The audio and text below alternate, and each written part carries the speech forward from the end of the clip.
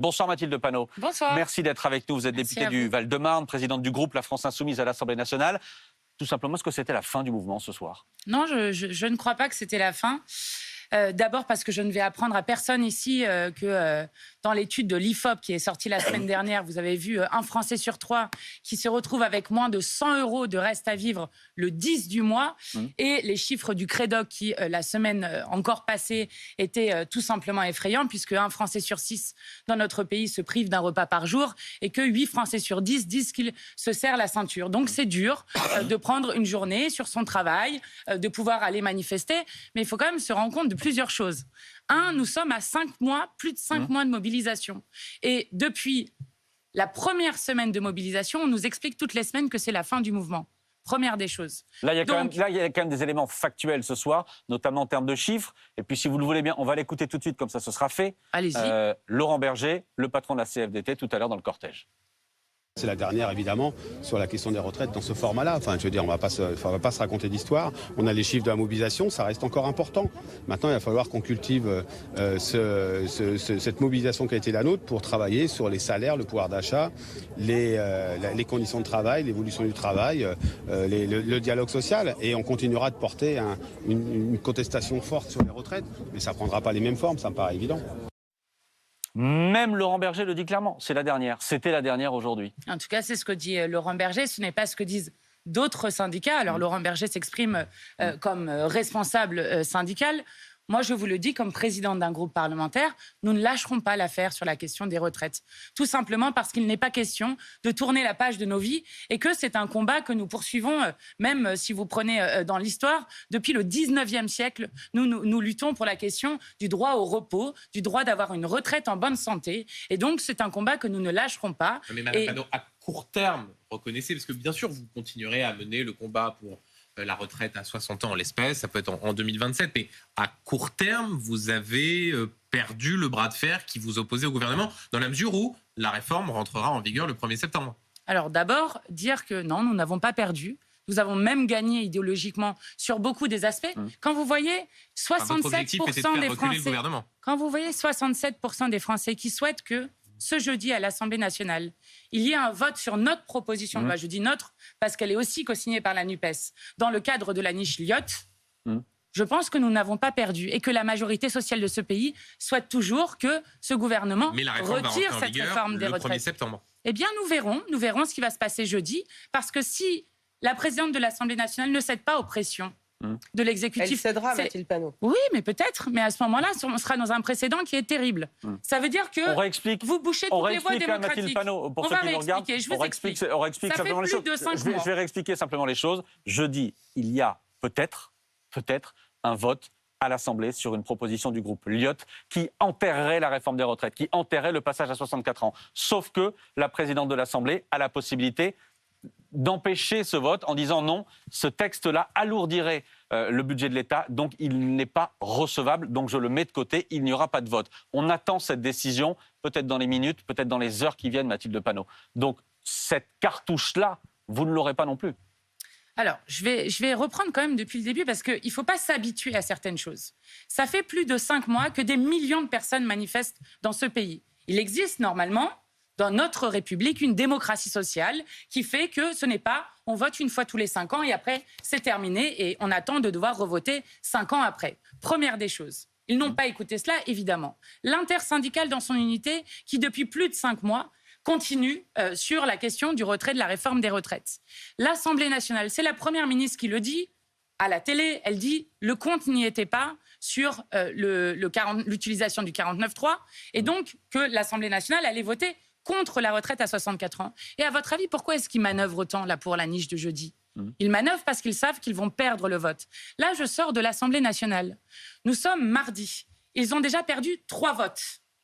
2 lundis et 1 mardi sur des lois de règlement budgétaire sur lesquelles l'Assemblée nationale s'est prononcée contre ces textes. Donc la Macronie doit apprendre à perdre. Et je vais vous dire, peut-être que effectivement, la présidente de l'Assemblée nationale va dire j'active l'article 40 et donc j'interdis la discussion sur l'abrogation du départ de l'âge de départ à la retraite à 64 ans. Peut-être. Mais nous avons proposé beaucoup de formulations dont nous savons pour plusieurs de ces formulations qu'elles sont recevables. Mais attendez, donc soit elles s'assoient complètement demain... sur toute la jurisprudence, parce que c'est du jamais vu dans la Ve mais République. Mathilde Panot, Attendez, juste une quand chose, Laura. Ouais. Yael Braun-Pivet, la présidente de l'Assemblée, est demain l'invitée d'Apolline de Malherbe sur BFM TV et RMC à 8h30. Qu'est-ce que vous lui dites ce soir à Yael Braun-Pivet? Je lui dis que je l'alerte solennellement, que je lui rappelle qu'elle est la présidente de l'Assemblée nationale, qu'elle n'est pas la présidente d'un parti ou d'un mouvement, et qu'elle doit être à la hauteur de ses fonctions. Et ses fonctions, c'est d'être la garante de la séparation des pouvoirs dans ce pays. Je vous ai ramené quand même une déclaration que j'espère la presse lui redira si elle active cet article. Il est temps que la présidente défende son institution. J'ai un rôle à jouer. L'Assemblée doit jouer pleinement son rôle. Mon ambition est que l'Assemblée retrouve sa place dans notre vie démocratique. Je souhaite que l'Assemblée comble le fossé entre les Français et les politiques. Si elle utilise un article qui n'a jamais été utilisé dans la Ve République sur cette raison-là, eh bien, Madame Yael Braun-Pivet est une hypocrite. Ces mots-là, ils sont Yael Braun-Pivet? Il y a eu un vote. C'est des mots de Yael Braun-Pivet du 20 octobre 2022. Je vous donne la date. Il y a eu un vote en commission des affaires sociales, en l'occurrence. Oui, alors je vais vous expliquer le vote. Non, parce qu'on ne va pas rentrer dans ces détails-là. Et par ailleurs, est-ce que vous êtes favorable au dépôt d'une motion de censure si jamais l'article 40 est activé? Est-ce que vous en avez parlé avec Lyotte? Est-ce que vous êtes, vous, favorable, puisque vous dites que le combat doit continuer, à aller jusqu'au bout et à poursuivre en déposant une motion de censure? Oui, évidemment. Évidemment. Regardez, vous avez dans une Assemblée nationale déjà un gouvernement qui ne respecte pas la séparation des pouvoirs. C'est quand même hallucinant, avec des pressions directes qui sont faites sur des députés, jusque des députés qu'on a menacés. Ça a toujours existé, sur des maternités, excusez-moi, mais les gens comprennent quand même. On menace des députés sur des questions de maternité dans leur circonscription s'ils continuent avec la loi Lyotte. Enfin, il faut imaginer à quel point on franchit des seuils. On n'est pas dans un régime autoritaire, ne vous en êtes pas sur même temps de démocratie. Enfin, allez voir ce que c'est un vous avez régime déjà vu autoritaire, à la fois l'utilisation du 49.3, du 47.1, du 44.2 et du 44.3 ensemble. Précisément, Mathilde Panot, vous l'avez jamais vu. Vous venez de Et je vais vous dire, vous venez de lister précisément des articles de notre Constitution. C'est juridique. Oui, et c'est la première fois qu'ils sont utilisés ensemble. Ils sont utilisés là. C'est la première fois qu'ils sont utilisés. Et ils sont légaux. Il y a des questions de légalité, il y a des questions de légitimité. Oui, c'est ça qui s'est posé. Et je vais vous dire, ils peuvent utiliser là un subterfuge pour peut-être faire en sorte qu'on ne discute pas cette loi jeudi. Parce que si nous la discutons, nous la gagnerons. Oui, mais ils ne pourront pas utiliser ce subterfuge 100 000 fois. Et je vais vous dire, nous le remettrons dans notre niche parlementaire de manière différente pour que le subterfuge et la manœuvre qu'ils utilisent maintenant, ils ne puissent pas la refaire. Et donc, nous le remettrons sur la table autant de fois qu'ils le font. Vous avez empêché qu'il y ait un vote sur l'article 7 alors que les syndicats vous le réclamaient. Et aujourd'hui, vous réclamez un vote. Ok, je vais vous expliquer. Votre cohérence, c'est vraiment un géomètre variable. Oui, je vais vous expliquer notre cohérence. Notre cohérence, c'est que le gouvernement avait utilisé l'article 47. Qu'est-ce que ça fait? Ça fait que vous avez 10 jours pour discuter d'un des textes les plus importants du quinquennat qui va voler de 2 ans de vie à l'ensemble des Français. Vous pouvez avoir un petit terme méprisant, mais je vous explique la stratégie qu'on a utilisée comme groupe parlementaire. Alors, Mathilde Panot. Non, en fait, c'est eux qui font de l'obstruction lorsqu'il y a seulement 10 jours de débat. Lorsqu'on utilise un 49.3, ce n'est pas nous qui avons utilisé le 49.3. Ce n'est pas nous qui avons choisi 10 jours de débat. Vous vous rappelez Jean-Luc Mélenchon qui disait « Je ne veux pas qu'il y ait un vote » et il vous expliquait... Oui, eh bien nous sommes fiers d'avoir fait en sorte de ne pas rentrer dans le cadre du gouvernement et de laisser au mouvement social le temps de s'organiser. On avance, Nora. Sur le fond, on voit bien que l'article 40, il argue que si vous allez créer une charge supplémentaire sur les dépenses publiques, là vous nous dites que vous avez préparé plusieurs manières de présenter ce texte, que vous le représenterez si jamais il est balayé pour ce jeudi. Quoi qu'il arrive, même si vous le représentez, cette charge sur les finances publiques, elle existera toujours. Donc le gouvernement sera en légitimité de le réactiver à nouveau. Est-ce qu'on n'est pas là dans un petit mécanisme en fait publicitaire, pardon pour cette expression, parce que sur le fond, vous ne pouvez pas effectivement proposer autre chose qui ne grèverait pas les finances publiques? Alors non, je vais vous expliquer pourquoi. D'abord parce que sur la question de la recevabilité, il faut comprendre que la loi qui a été déposée pour jeudi, elle a déjà été jugée recevable 2 fois. Une première fois par le bureau de l'Assemblée nationale, présidé par Yael Braun-Pivet. Donc elle revient sur ce qu'elle a fait avant, mais une première fois. Et une deuxième fois dans le suivi de toutes les jurisprudences qui se sont faits des précédents présidents de la Commission des Finances par Éric Coquerel, qui est le président de la Commission des Finances. Mais Madame Panot, juste, on peut faire autant de mécanique ça parlementaire. sera jugé recevable de la même manière. Madame Panot, on peut faire autant de mécanique parlementaire que l'on veut. Le sujet, c'est il y a un certain nombre d'arguments, effectivement, considérer que le gouvernement a accumulé des procédures qui sont légales, constitutionnelles, mais qui parfois créent des précédents qui ne sont pas usuels. C'est vrai. Et qui sont rejetés par les Français. Et qui sont rejetés par les Français, vous avez raison. Mais principe de réalité, vous parlez à des sympathisants de la France Insoumise, des Français qui sont majoritairement opposés à cette réforme des retraites en leur disant « on n'a pas encore perdu ». Est-ce que vous ne leur vendez pas des illusions ? Encore une fois, je ne parle pas de la légitimité ou de l'utilité, je parle de ce qui va se passer. Jeudi, Yaël Braun-Pivet va écarter cet amendement. Il n'y aura pas de débat. Nous sommes le 6 juin, donc le 1er septembre, la réforme des retraites va rentrer en vigueur. Est-ce qu'il n'y aurait pas une forme d'honnêteté à dire, comme d'autres, si en 2027 on est élu, on reviendra sur la réforme. Mais là, en l'état, c'est plié. Eh bien non. De parler avec plus de lucidité de la situation, comme le fait aussi Laurent Berger. Mais non, parce que déjà, moi je ne me résous pas, comme vous êtes en train de le faire, à expliquer que l'histoire serait celle d'une présidente de l'Assemblée qui passerait sur toutes les jurisprudences que nous avons eues dans cette Assemblée. Vous savez très bien que ça va se passer comme ça. Non, parce qu'il n'y a pas qu'un seul amendement, je le redis, il n'y a pas qu'un seul amendement, et nous avons des amendements dont nous sommes sûrs qu'ils passent les fourches de l'article 40. Donc ça, c'est la première des choses. La deuxième chose, vous vous rendez compte de ce qu'ils sont obligés d'utiliser comme outil antidémocratique pour pouvoir faire en sorte que cette loi ne soit pas abrogée. Donc je le dis, l'heure viendra où nous arriverons à abroger cette réforme. Oui, mais Madame Panot, le problème aussi dans serait le que vous mieux utilisez, parce que cela bloque l'ensemble du pays. Le problème, c'est attendez, juste d'un mot. Le problème quand vous dites outil antidémocratique. Et là, je pense aussi qu'il y a un sujet de pédagogie vis-à-vis des Français. Ça fait 3 mois que la France insoumise, dans ce débat sur la réforme des retraites, matin, midi et soir, crie au déni de démocratie, à la dérive autoritaire. Là, on entend des comparaisons avec Viktor Orban, carrément le régime hongrois. Ça veut dire que quand pendant ça veut dire que quand pendant 3 mois vous utilisez ce type d'argument-là, quand effectivement il y a un sujet sur la façon dont le gouvernement se comporte, ben là vous êtes moins audible parce qu'en fait vous utilisez tellement en permanence cet argument de la dérive autoritaire que peut-être que quand il y a un sujet, ben là c'est moins audible parce qu'en fait on est tellement habitué à vous entendre dire en permanence que le gouvernement n'est plus démocratique, ben peut-être que les Français n'y croient plus. Mais ça ne vous pose pas de question, vous, que la France soit régulièrement pointée du doigt par des organisations internationales ? Ça ne vous pose pas question. On n'est plus en démocratie ? Non, mais c'est une question. Non, mais c'est une question que je vous pose. C'est une question que on n'est nous plus en posons. démocratie. J'espère qu'on va rester en démocratie. Demandez aux parlementaires de dictature. Mais c'est vraiment que la démocratie est menacée. Je vais vous lire des gens. Pierre Rosanvallon, ce n'est pas un insoumis, je crois. Pierre Rosanvallon, qui dit « Nous sommes en train de traverser la plus grande crise démocratique que la France ait connue depuis la fin de la guerre d'Algérie. » Jean-Jacques Courvois, qui est l'ancien garde des Sceaux et ancien président de la commission des lois, qui lui-même explique que ce qui est en train de se passer à l'Assemblée, en attaquant le droit fondamental d'amendement des députés, abaisse l'Assemblée nationale. Ce n'est pas des insoumis qui disent ça. Ce que je suis en train de vous dire, c'est que oui, lorsque une majorité dans le pays, jusqu'à 9 Français sur 10, 9 actifs sur 10, disent qu'ils ne veulent pas d'une réforme, l'expriment de toutes les voies démocratiques possibles, et que ces voies démocratiques, petit à petit, sont bouchées. Donc la France, oui, il y a un souci. Donc la France, c'est la Hongrie de Viktor Orban. Et je vais vous dire, ça ne pose pas qu'un problème à la France insoumise. Ça pose un problème, y compris aux macronistes. Pourquoi ? Parce que eux-mêmes se sont auto-bloqués dans l'impasse dans laquelle ils ont mis le pays. Ils ont mis le pays dans une impasse. Ils se sont auto-bloqués sur cette question. Et quand nous disons que la réforme des retraites va empoisonner de la part le quinquennat d'Emmanuel Macron, je le pense réellement. De la part d'un parti qui a un fonctionnement totalement antidémocratique, totalement opaque, où les militants ne sont jamais consultés, et où vous avez 3 têtes dirigeantes qui décident absolument de tout, c'est assez savoureux de prendre des leçons de démocratie de la part de votre parti. C'est faux, en fait. Et par ailleurs, je vous indique qu'un mouvement n'est pas tout à fait pareil qu'un pays. Bah non, effectivement, il peut être antidémocratique. Mais c'est pas antidémocratique, en fait. Vous assénez des choses comme ça, mais il se trouve que nous avons des groupes d'action qui ont une liberté d'action totale. Les militants votent pour élire leur président, par exemple, chez vous ? Non. Comment ? Les militants votent pour élire leur représentant, leur président ? Il y a eu des votes pour pouvoir par espace avoir une coordination des espaces. Bon, Pauline. Voilà, qui est la direction de notre mouvement. Voilà. Mathilde Panot, mais est-ce que vous n'êtes pas en décalage aussi avec une partie des Français qui pourtant partagent avec vous la même idée, qu'ils sont hostiles à cette réforme des retraites, ils sont hostiles à certaines mesures utilisées par le gouvernement, mais en même temps, on voit qu'il n'y a pas eu de sursaut aujourd'hui dans la mobilisation.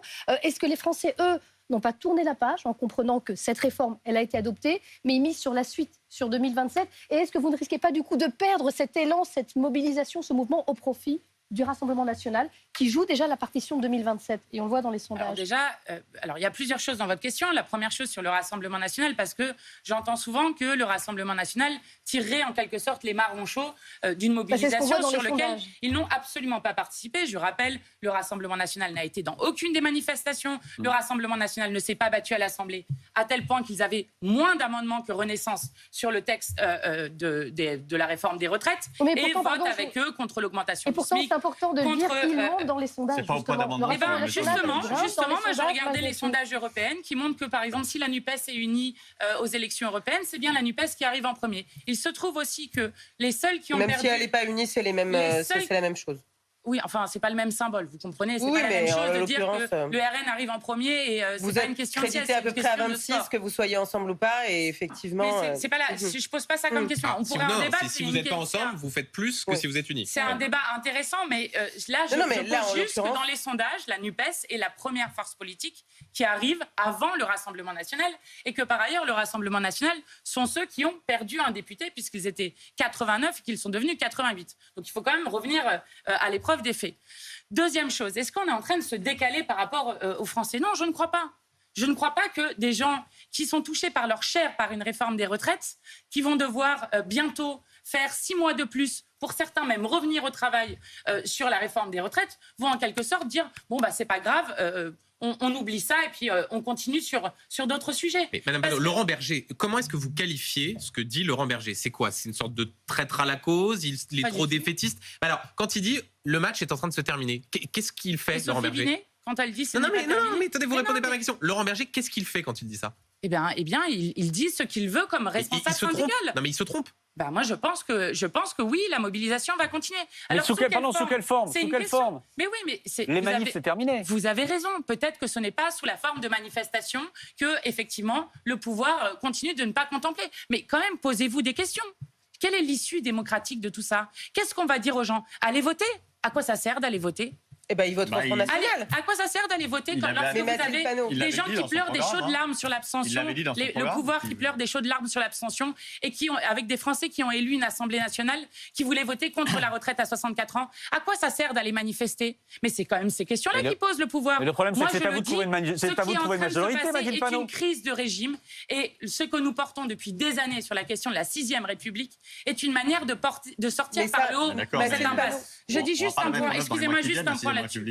Si par exemple nous avions le référendum d'initiative citoyenne que nous portons dans notre programme depuis des années, que les Gilets jaunes portent, qui permet à la fois de proposer et d'abroger des lois, nous aurions une voie de sortie par le haut de la situation. Si, mais en fait, vous n'avez pas été élu pour présider le pays, et donc votre réforme constitutionnelle et votre 6e République... Oui, et puis Emmanuel Macron a été élu par défaut contre l'extrême droite en disant « je sais que les Français n'ont pas voté pour ma programme ». La 6e République, c'est pas le combat d'aujourd'hui, Madame Panot. En l'oubliant juste après. La 6e République, c'est pas... Pourquoi pas faire une 6e République? Et vous avez des propositions qui revitaliserait la démocratie selon vous, mais c'est pas maintenant que ça va se décider, et donc c'est bien en 2027. Qu'est-ce qu'on fait d'ici là? C'est-à-dire qu'il y a aussi d'autres sujets sur lesquels les syndicats veulent travailler, l'emploi des seniors, les salaires, l'inflation, enfin il y a d'autres sujets, et vous, non, vous voulez uniquement parler de la retraite à 62 ans. Arrêtez de caricaturer les choses, évidemment que non. Regardez, on était il y a pas longtemps avec les salariés de Verbaudet, et je salue le fait que ces femmes, après 7 semaines de grève, aient gagné les augmentations de salaire qu'elles demandaient. On sera à côté des salariés de Casino qui luttent contre les suppressions de postes. On a toujours tenu nos bouts. Mais juste, nous ne lâcherons pas sur la question des retraites. C'est ça que nous sommes venus dire ce soir. Et alors, du coup, votre plan... c'est ça que nous continuons. Mais alors, ce sera quoi votre plan? C'est-à-dire que si, ce jeudi, il n'y a pas de vote, vous seriez prête à représenter en fait ce texte lors de votre niche, et on va continuer comme ça avec donc un gouvernement qui balayera toujours avec l'article 40. L'idée c'est quoi? C'est d'empoisonner le reste du quinquennat avec ce texte, avec cette petite musique? C'est lui qui s'est lui-même empoisonné. Oui, mais vous, quelle est votre stratégie? On voit bien que là on est dans une impasse. Eh bien, oui, et eux-mêmes sont dans une impasse. Vous comprenez que collectivement, nous sommes dans une impasse. Oui, mais c'est un problème démocratique. La proposition que nous avons jeudi, c'est aussi une manière de sortir par le haut des choses. Quand vous avez des conflits de légitimité, d'accord, le président de la République a été élu, il avait dit qu'il ferait une réforme des retraites. Passons sur le fait qu'il ait été élu par défaut contre l'extrême droite. Passons sur le fait que les Français n'ont pas donné une majorité à l'Assemblée nationale à ce gouvernement, et qu'ils sont aujourd'hui minoritaires. Passons sur tout cela. Bon, quand vous avez des conflits de légitimité entre un président qui a dit qu'il ferait ça et une Assemblée nationale qui ne le veut pas et une démocratie sociale qui ne le veut pas, qu'est-ce qui reste ? Il reste le vote. Donc, le vote à l'Assemblée. Après, je ne sais pas, le retour au vote. On proposait le référendum à un moment. Enfin... Donc, une dissolution. Mais je ne sais pas. Parce que vous n'êtes pas majoritaire non plus. Vous dites Emmanuel Macron n'a pas une majorité, vous non plus, vous n'avez pas eu. Donc il faudrait faire une coalition avec qui qui vous pourriez diriger. Là, il n'y a pas de majorité alternative dans l'Assemblée qui donc pourrait à part former. la dissolution, il n'empêche qu'il y a 151 complet. députés de la NUPES et que nous, même groupe Insoumis, nous avons multiplié par 5 le nombre de nos députés et que nous avons été élus pour à la fois combattre la politique d'Emmanuel Macron et surtout proposer une alternative. Et je vous le dis, nous sommes les partisans de la retraite à 60 ans, de la 6e République, du partage des richesses et nous continuerons à nous battre dessus. Et c'est après tout la démocratie que de proposer un chemin différent au pays. Mathilde Panot, il y a une autre information importante sur laquelle on voulait vous entendre ce soir, ça concerne le fonds Marianne.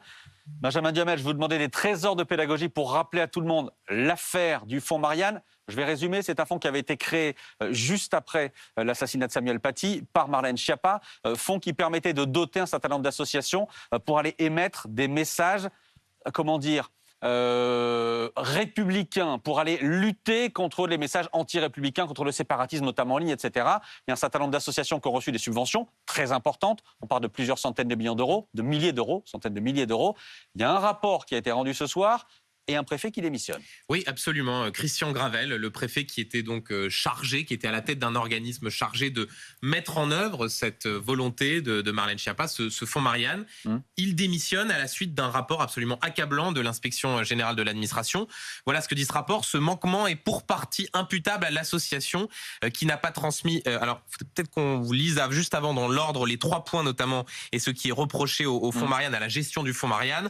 Le premier point, c'est un appel à projet qui dit ce rapport n'a été ni transparent ni équitable. Deuxième point, ce rapport qui considère que l'utilisation de la subvention n'a pas été conforme, que le secrétariat général n'a pas accompli les diligences nécessaires. Le rapport qui donc explique que ce manquement est pour partie imputable à l'association qui n'a pas transmis dans les délais de la documentation exigée par la Convention. On parle d'une association qui a donc reçu des fonds dans le cadre de ce fonds Marianne, mais rajoute aussi le rapport de l'inspection générale de l'administration qu'il procède également de défaillance dans l'organisation du service, d'un défaut de vigilance et d'un traitement privilégié réservé à cette association. Vous le disiez, Maxime, donc le préfet Christian Gravel a choisi de démissionner. Il y a quelques instants, Marlène Schiappa réagissait à BFM TV en expliquant, je cite, « Je salue la parution du rapport qui apporte des réponses claires et sur la subvention versée à cette association dans le cadre du fonds Marianne. Il y est démontré que je ne suis jamais intervenu en faveur de Mohamed Sifawi, donc un de ceux qui a reçu ces fonds, mais également que rien ne me met en cause personnellement. Est-ce que vous êtes satisfaite de cette démission du préfet ou est-ce que vous dites c'est seulement un lampiste, un fusible qui a sauté et il faut que Marlène Schiappa quitte le gouvernement ?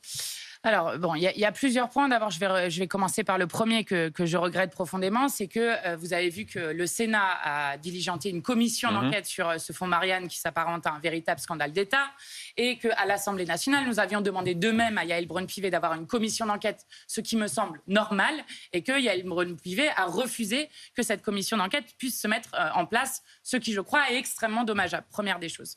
Deuxième chose... Je le dis, ça me tient très à cœur.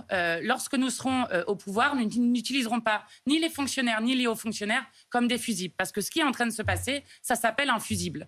Et je le dis, il y a une responsabilité politique. Et la responsabilité politique, elle est portée par le ministère et par Mme Schiappa. Et donc, j'invite Mme Schiappa à tirer toutes les conséquences de ce qui est en train de se passer. Est-ce auditionné par la commission d'enquête ça veut dire que c'est elle qui devrait démissionner et pas des fonctionnaires ou des hauts fonctionnaires. Parce que très clairement, dans ce qui apparaît, dans ce qui a été pour l'instant révélé médiatiquement et malheureusement nous n'avons pas la commission d'enquête pour poursuivre le travail, mais que la responsabilité politique, elle n'est pas portée par les fonctionnaires ni par les hauts fonctionnaires et je pense que c'est important de le rappeler. Pour vous, il y a une responsabilité personnelle de Marlène Schiappa, il y a des éléments qui vous permettent, vous, de mettre personnellement en cause Marlène Schiappa. Il y a les éléments qui sont sortis dans la presse. Je n'en ai pas d'autres puisque la commission d'enquête a été refusée à l'Assemblée nationale. Mais je crois que la responsabilité politique, elle vient du ministère directement et donc de la ministre. Benjamin. Au fond, comment dire, Marlène Schiappa, ce qu'elle répond à BFM TV ce soir, elle dit, mais elle se félicite de ce rapport de l'inspection générale de l'administration et considère qu'il y est écrit clairement qu'elle n'a pas de responsabilité à porter par rapport à ce qu'il s'est passé, que la façon dont elle s'est comportée n'est pas mise en avant. Si on suit ce rapport de l'inspection générale de l'administration, encore une fois, je reprends la question que vous posez, Maxime, qu'est-ce qui vous permet de dire qu'il faut que cela aille plus loin que la démission de celui qui était en charge de mettre en musique ce fonds Marianne avec visiblement des procédures qui ne se sont pas passées dans les règles de l'art? Parce que vous pouvez croire qu'un préfet tout seul décide de faire telle ou telle chose, mais moi je ne le crois pas. Voilà. Et que j'aimerais qu'au-delà du rapport de l'inspection, ce qui est très bien de faire ce rapport-là, qu'il puisse y avoir aussi des responsabilités politiques qui puissent être cherchées à quelque chose qui touche de l'argent public qui a été utilisé de manière complètement détournée. Et donc, je trouve qu'il est normal, qu'il est sain dans une démocratie, que ça ne s'arrête pas à des fonctionnaires ou à des hauts fonctionnaires. C'est lui qui était en charge, en fait, de ce fonds, en tant que préfet. C'est lui qui a mis aussi ce cadre. Il a peiné à se justifier devant les sénateurs qui, eux, ont pu mettre en place une commission d'enquête. Est-ce que ce n'est pas suffisant? De fait, il assume ses responsabilités et il est concrètement pointé du doigt par ce rapport. C'est suffisant si Mme Schiappa n'est pas à l'origine d'ordres qui auraient été donnés. Mais vous n'en avez pas la preuve, Mme Panot. Mais je n'ai pas la preuve, mais oui, mais c'est pour ça qu'une commission d'enquête est nécessaire. Vous vous rendez compte qu'on ne peut pas juste s'appuyer sur un rapport d'inspection. Donc vous remettez en cause ce rapport, vous le remettez en cause? Mais non, c'est pas une question de remettre en cause, c'est que vous comprenez que lorsque vous avez des préfets, les préfets ne sont pas dans une autonomie complète par rapport à ce qu'ils font.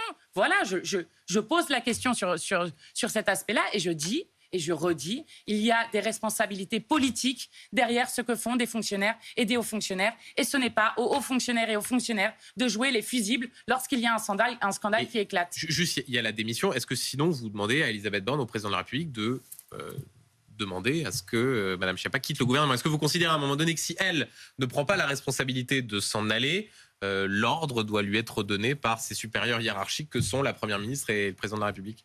Écoutez, moi je pense que déjà les parlementaires pourraient faire leur travail de commission d'enquête pour essayer de trouver la vérité. Vous savez, dans une commission d'enquête, les gens arrivent, ils doivent jurer sur l'honneur de dire la vérité. Ils le font, ce sont les sénateurs. Oui, il y a une commission d'enquête. Oui, à chaque fois, ce sont les sénateurs. Je vous rappelle que l'affaire Benalla... Oui, mais je vous rappelle que l'affaire Benalla, il y avait aussi une commission d'enquête à l'Assemblée nationale qui a été arrêtée par une certaine Madame Yael Braun-Pivet et que c'est le Sénat qui a dû continuer à faire le boulot. Donc je ne trouve pas ça normal. Donc on peut faire confiance aux sénateurs pour révéler la vérité. Oui, d'accord, mais très bien. Mais vous dites ça parce qu'il n'y a pas d'insoumis au Sénat. Ça serait bien aussi qu'à l'Assemblée nationale, on puisse faire ce travail-là et qu'il y ait une enquête politique qui soit faite sur comment ce scandale politique a pu arriver. Merci Mathilde Panot. Merci beaucoup d'avoir été notre invitée ce soir en direct dans 22h Max.